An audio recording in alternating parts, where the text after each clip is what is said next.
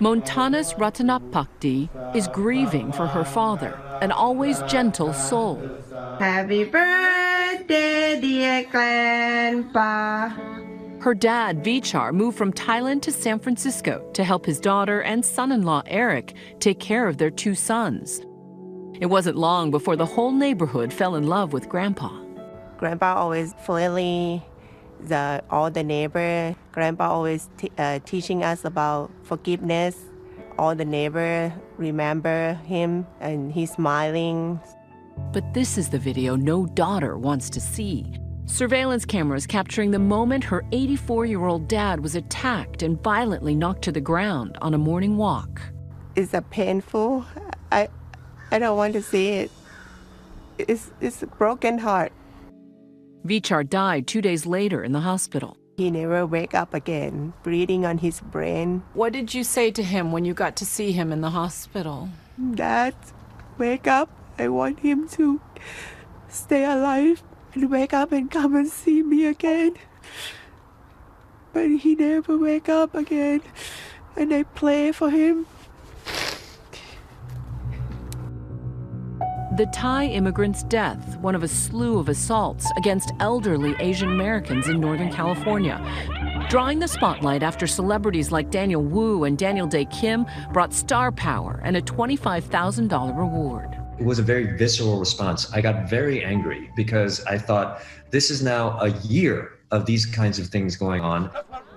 The videos prompting more than 1,000 people to gather over the weekend in the Bay Area to speak out against anti-Asian violence, calling for racial justice.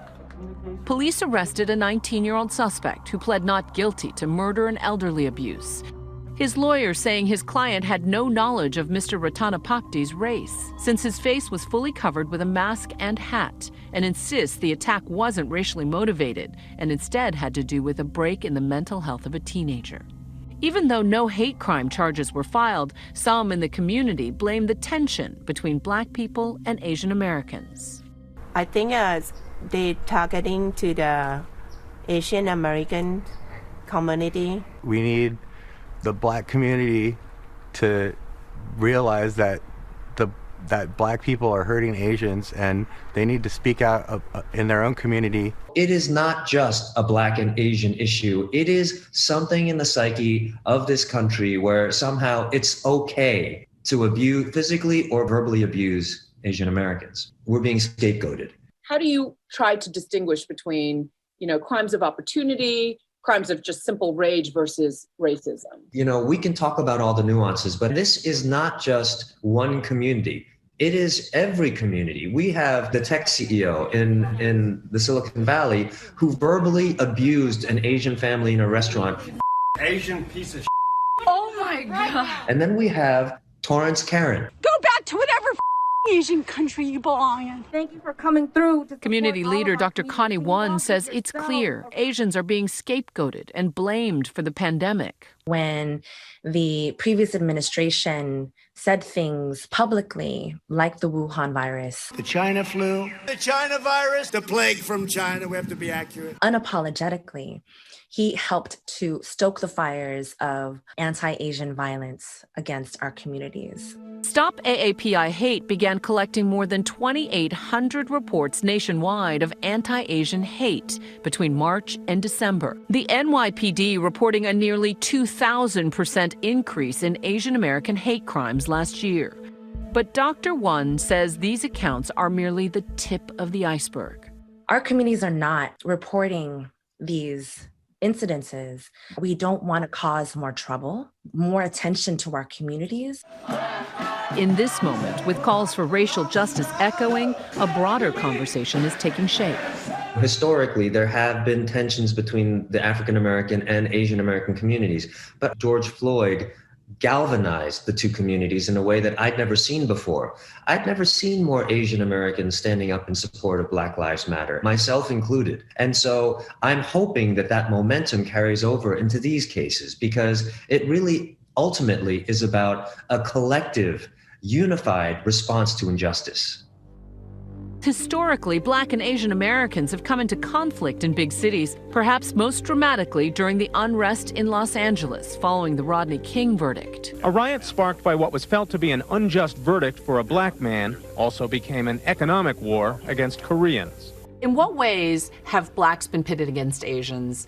White America tends to privilege Asians and Asian Americans in ways that they do not our Black and Latinx community members. So it is about the model minority myth, which is that our communities are excelling. Crazy Rich Asians, the Bling Empire. More diamonds in her treasure. Those are not the real life depictions of what our communities really look like. Just landed in San Francisco and I'm gonna hit the ground running. Will Lex Ham is part of the generation helping to move that momentum forward. We're sick and tired of being invisible and ignored in our country. The pain of the Asian community has been muted for decades. The actor flew from his home in New York to the Bay Area to spend the weekend in San Francisco's historic Chinatown. Anyone whistle? Handing out self-defense whistles. Thank you. Yeah, okay. And passing out pamphlets in Chinese, informing people how to report hate crimes in their communities. Ham also met with local leaders on the ground. You don't fight racism with racism. You fight racism with solidarity. And quickly realized he has a lot to learn.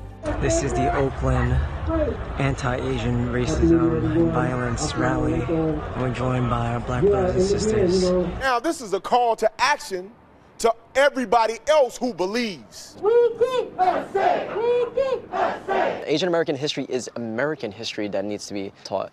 And so when it came to the Bay Area, I first learned about all these incredible Asian Americans who've been doing the work for decades. And they're utilizing their relationships with, Black community leaders, and a lot of the solidarity work that has been happening here to condemn the violence, to condemn the anti-Asian hate crimes. Activists are also looking towards lawmakers like New York Congresswoman Grace Meng. Last year, she passed a House resolution condemning anti-Asian hate speech. I started to get voicemails. I'm calling about the Karate Kid virus.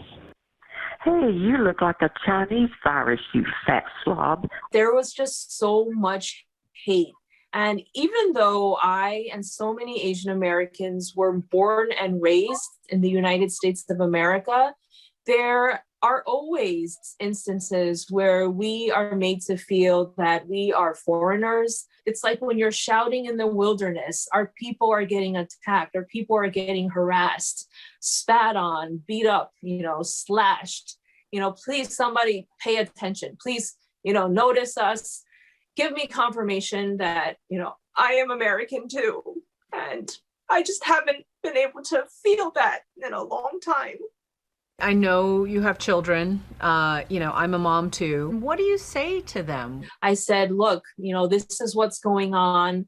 There are people in this country who will take a look at you and without knowing anything about you, may call you something that is derogatory, may even try to cause harm to you. It strikes me that this is the Asian equivalent of the talk that African-American parents often have to have with their children. I've had, very sort of superficial talks about, understanding people's different racial background. It was really one of the first time that I, as a mom of two young boys, started to be scared for their life and what might happen to them in public. That fear is something Montanus and Eric say their young sons, who already lost their grandfather so tragically, have had to deal with firsthand. I've been outside with the kid, and then I've been attacked verbally. They're yelling, and then you are sick, you are wireless Asian. How did your kids react to that? We know it's violence. We just walk away. But that pain pales in comparison to her father's murder. We want him to be the spark that starts the healing and the recognition of what's going on. I miss him a lot every day. He's a caring person. We can't believe this happened